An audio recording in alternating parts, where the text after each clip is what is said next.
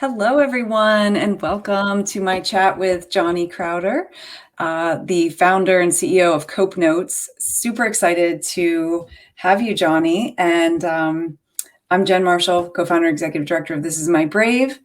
I would love to start going way back to where we first met, when we first met. Will you share with everyone, give us first your brief introduction, and then let's go and reminisce on a couple years ago.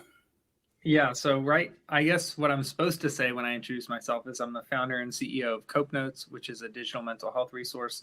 I also sing in a metal band called Prison, but I also have a dog called Pepperoni Pizza, and I love cars. So I always try to mention some things that aren't as common in an intro. But when we met, I was far enough into my advocacy career where I wasn't afraid to speak on stage, but I was not far enough in my advocacy career to not be afraid if my mom was there. And my mom actually came, and I remember she cried because she said, I never knew some of the stuff that you shared that night. And in my head, I was like, I've said this over and over again in so many different cities, but I had never said it with her in the room. So that's one thing that really sticks out to me. Yeah. So how did it feel being in a room of others who were also, because I know before you had maybe done it kind of solo. So what was that like for you to be a part of that cast? It was really kind of a relief. Like a lot of times, so I do, for people listening, I do like public speaking and advocacy, and I'll speak at like events and conferences. But a lot of the times, and Jen, you know this, sometimes you're the mental health person. And then there's like a finance person, and then there's, everyone has their own little niche, and you're like, for so many speaking engagements, I was just the mental health guy. So it was like it felt like, oh, that's my shtick and that's my bucket that I'm in. And what was cool about This Is My Brave was it was like, we're the mental health people, like everybody on the stage, everybody in the audience. It felt way more collaborative, even though everyone wrote their own thing. It felt like everyone's projects were related, even though It was like, together. Yeah, like that thread that like stitched it all together. And yeah, it was a powerful night. I remember we did like a reception afterwards, you remember, and people had shown artwork about their journeys with mental health. That was really cool. Yeah. And I wanted to say, so at the time, I was running something called Not a Therapist, which was like pre-Cope Notes. I totally forgot about that. Talk about that for a little bit. Yeah, so it was a well-intentioned idea that would break if a lot of people liked it, in that it couldn't scale. So I've been doing peer support for years, but this was digital peer support. Like, keep in mind, this is a little bit early for telehealth stuff. It wasn't what it is now, but it was peer support, and you could name your communication method. So like Facebook chat or Skype or like texting, and everyone chose texting, which is why Cope text messages. But I remember at the time, one specific memory that I had was during the reception. This was really cool. I'm glad I didn't like skip out afterwards and leave, because at the reception I met a few really talented artists, and there was one guy who, I'm not even joking, sent me $500 to donate towards Not a Therapist, because I think I might have mentioned to him like, oh, we need to register for this legal thing and we need a table at this event and we don't have money. So he sent $500 and he's like, I hope this helps you on your mission. And I was like, awesome. That's a guy that I met at This Is My Brave. It blew my mind. So cool. Good things happen at Brave shows. Oh yeah. I remember the art specifically too. What I liked about This Is My Brave is that it wasn't just a bunch of people giving speeches. There was like some that was a little more poetic. There was some that was one thing that I really remember was there was like a musical element to it, and that's kind of my language. So some people doing that, some people doing like spoken word, and then you go out into the reception, there's visual art. It felt like it covered more bases. It was more thoughtful than just having everybody write. Like it wasn't like a TED Talk type of a thing, which is what I thought it might be like before I heard about This Is My Brave.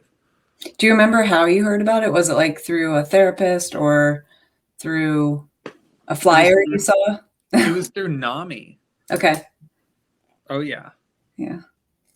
NAMI is a good partner to This Is My Brave. We've worked with them across the country, many different chapters. And then I saw you speak. I saw you speak at USF in Tampa. Yes, that was fun.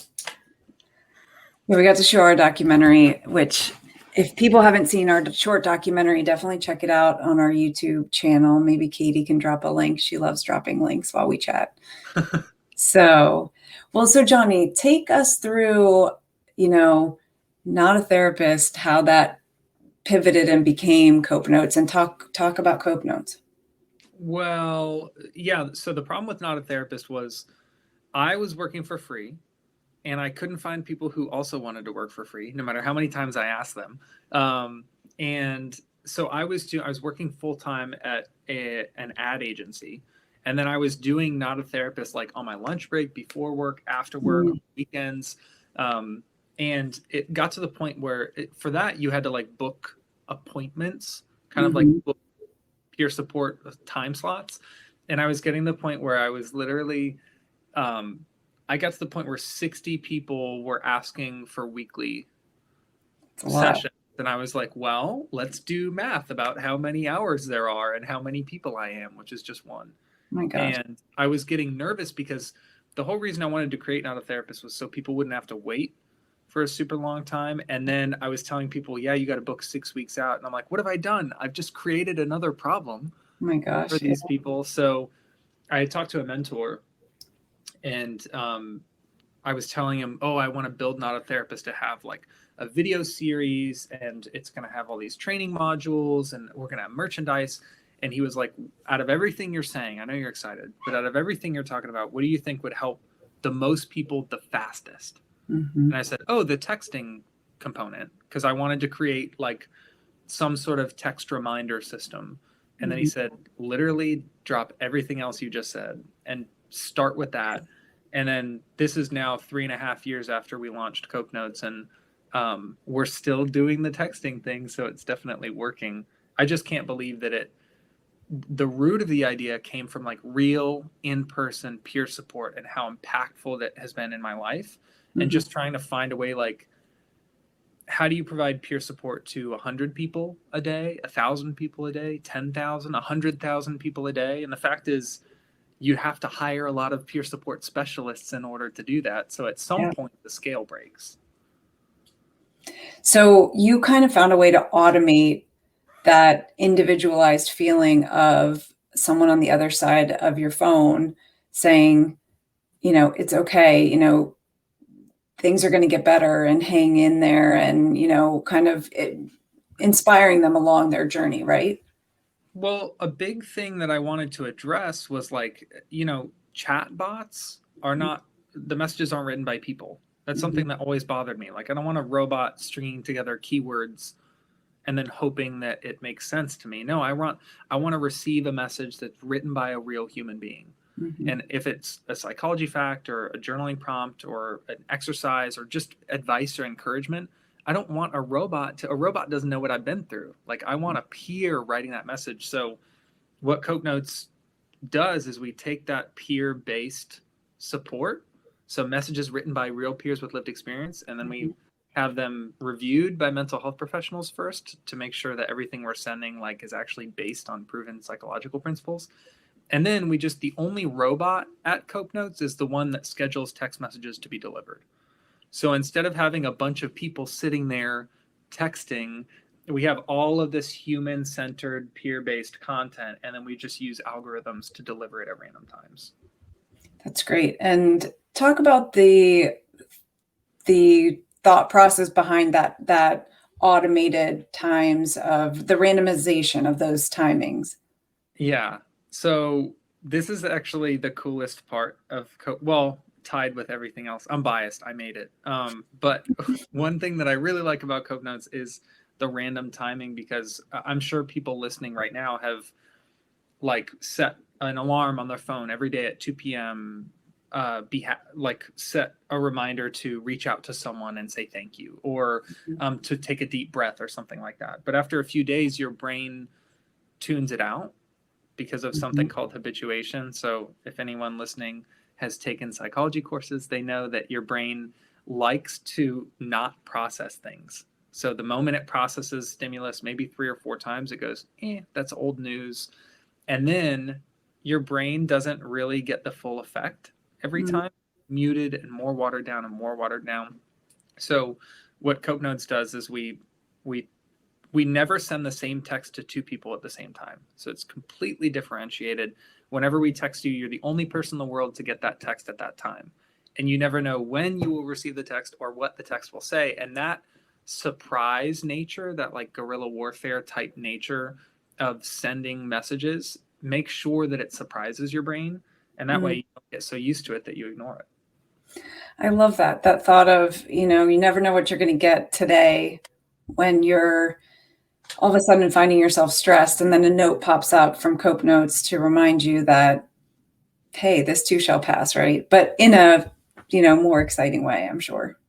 It was actually one of the biggest messaging challenges we faced, is people assuming that the messages are like smile or be happy or something. And it's like, boy, you have no idea how much work we've done on this library. Like literally a clinical oversight panel of people saying like, is this actually psychologically valid? Like, does this actually have meat to it? It's not just like a fluffy way to placate somebody. It's not just encouragement. This is like real health education. That's and awesome. It's been hard to tell people that we don't just text people like these platitudes to make you smile. This actually, Cope Notes might not brighten your day today. Like, but it could enlighten you. Yeah, that's the thing. Like, when you take medicine, sometimes it tastes like blueberries and you're like, this is great. And sometimes it tastes like Pepto-Bismol or something. And you just take it and you're healthier for it. So it's been tough to actually communicate to people like, this is not a quick fix type of a thing. This is a long-term thought pattern and behavior change type of thing. We're investing in the version of you that exists a year from now. That's awesome. We had a question that Aaron was asking.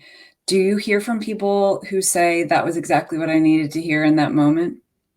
Yeah, but so Aaron, you would not believe what some people have said. We use, like, I'm not sending these. I don't know what's going on in people's lives. We like built services that send these. And we've had people actually complain to Cope Notes in a contact form saying, I think you guys are surveilling me.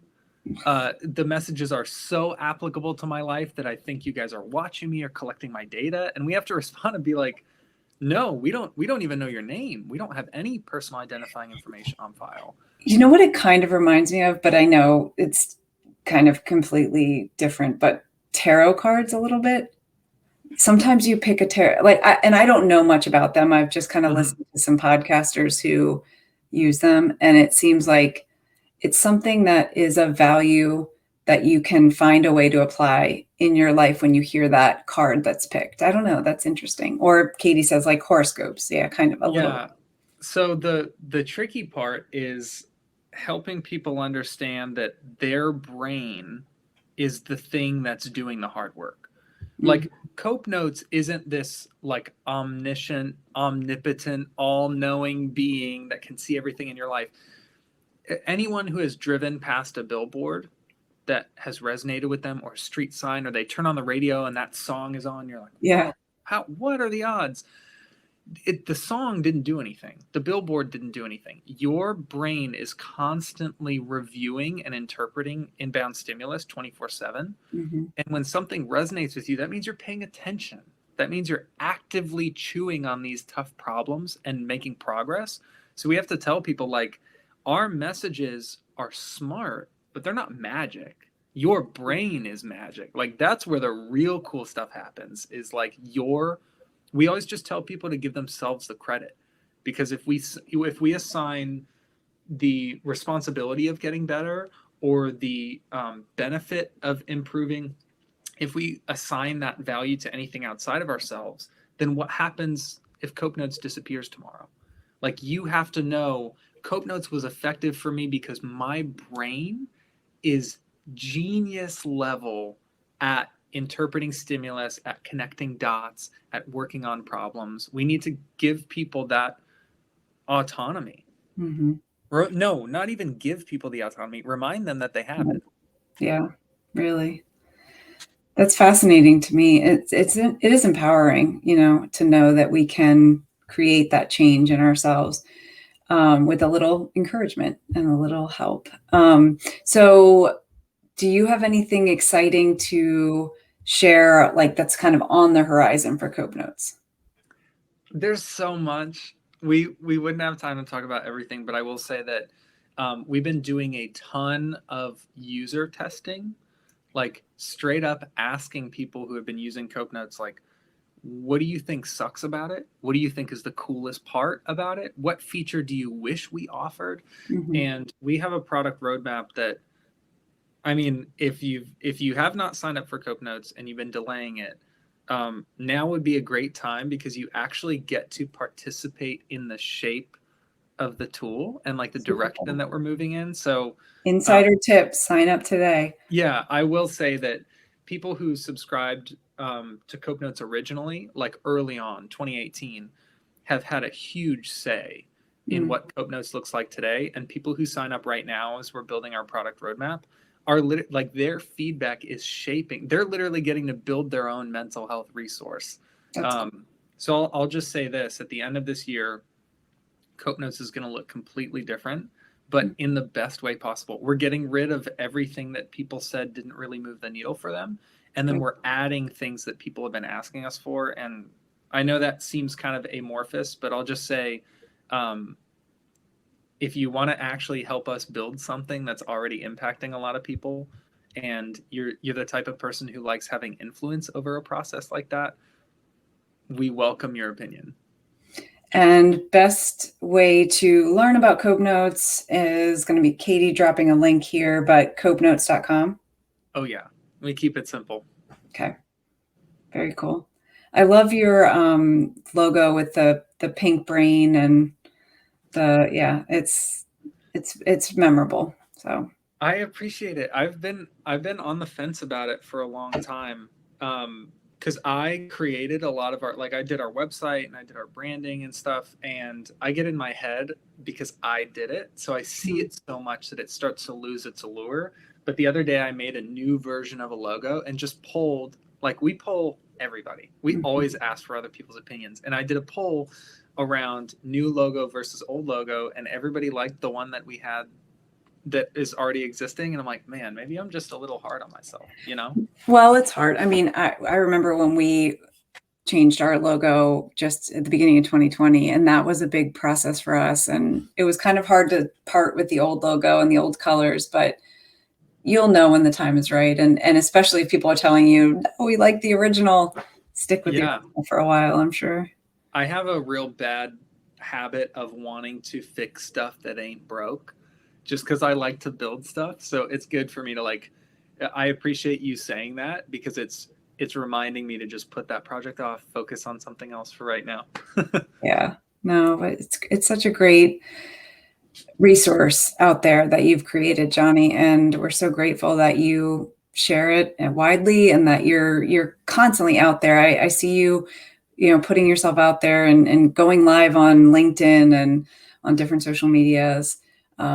Which is so important. It's hard to constantly be out there, but you're doing it and it makes a difference to so many people.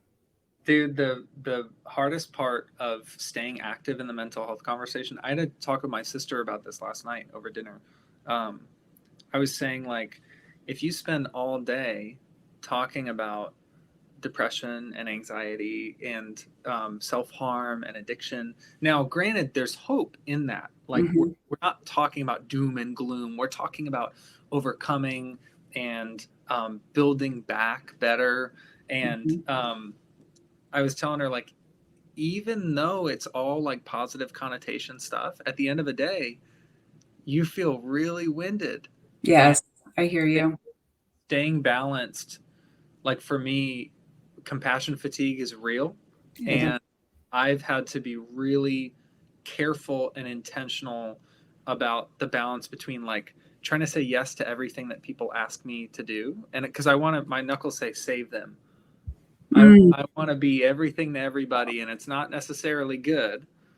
Where are Um, you going to get the save yourself one? I know. We literally, my band just wrote a song about. I write the lyrics, so anyone who's gonna listen to Prison now is gonna read the lyrics and go, "Oh, now I get it." But we wrote a song that isn't released yet, and it has a line that says, "If I have to save the world, then who saves me?" And it's kind of highlighting how easy it is for people who want to do something kind for other people, especially people listening right now Mhm. who have friends or family members that are struggling. They want to be strong for that person. It's so easy to forget to take care of yourself. So I'm having to take my own self-care advice to make sure that I can do more advocacy. Yeah. I hear you. I mean, we can't burn ourselves out. I totally agree. And I think sometimes the most important thing we can do is set that good example by taking really good care of ourselves.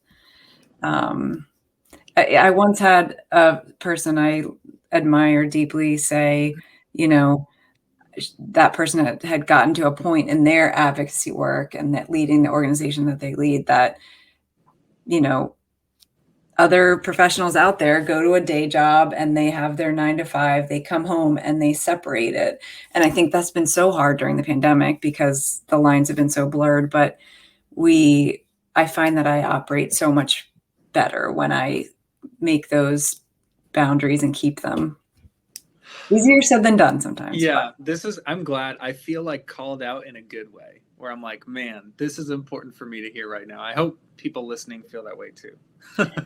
I am lucky because my husband is one of those types of professionals. So he goes to work and he has a top secret clearance in his work, so he can't bring it home. And so that's a Wow. blessing for me to see him model to be in that kind of career, to see, we got to have family time and the laptop, the work it'll be there when we get back to it. So Dude, that's what I need. I need to be legally prohibited from thinking about work outside of work. That's what it's going to take. I need it's a hard for people like me and you and those of us in this mental health space because I think for me too, a lot of the projects we work on are so exciting and interesting that it doesn't feel like work. So, but yeah. you do have to take those breaks because burnout is real and I want to see this Someone go forever.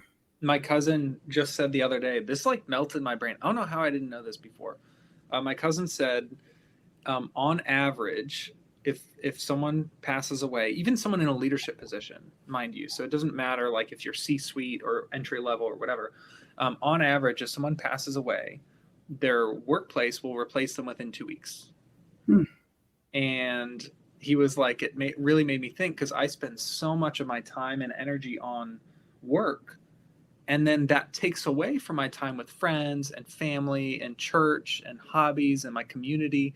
And he was like, so he has a wife and a 2-year-old son, and he said my wife and 2-year-old are not going to post an ad on Craigslist and replace me in 2 weeks, but my job will. Like they'll go, oh, you know what, he was great, oh well, we'll find someone else. But my family, like I need to spend time with the people who I'm not just a placeholder, Oh yeah, you for know. sure. Well, and it's that saying you hear when people are on their deathbed, they don't wish that they'd spent more time at the office. Mm-hmm. But I mean, like I said, this doesn't always feel like a job. It feels like a calling, and getting to meet people like you through this work has just been so rewarding to me. And to see, having met you, what was it? It was 17. 2017. Yeah. And to see where you've gone since then has just been really awesome. Thank you for having me on that too, because I got to wear a metal shirt.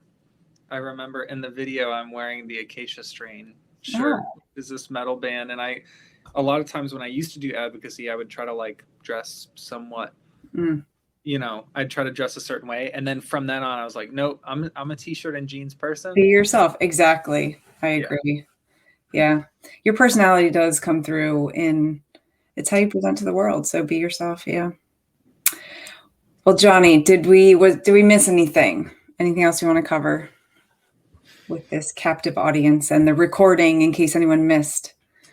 The only thing that I'll say is one thing that I want to cover about Cope Notes quickly. If you're listening and you're like, oh, that doesn't really sound like a good fit for me, like I don't like text messages, or my brain is somehow perfect and I never need help with anything. Said no one ever. Yeah. I do want to mention that we have gift and family subscriptions. So if you're kind of listening to this for somebody else and you're like a caregiver for that person, just know that Cope Notes does have gift options. So I encourage you to just check out the website anyway, even if you're not interested for yourself.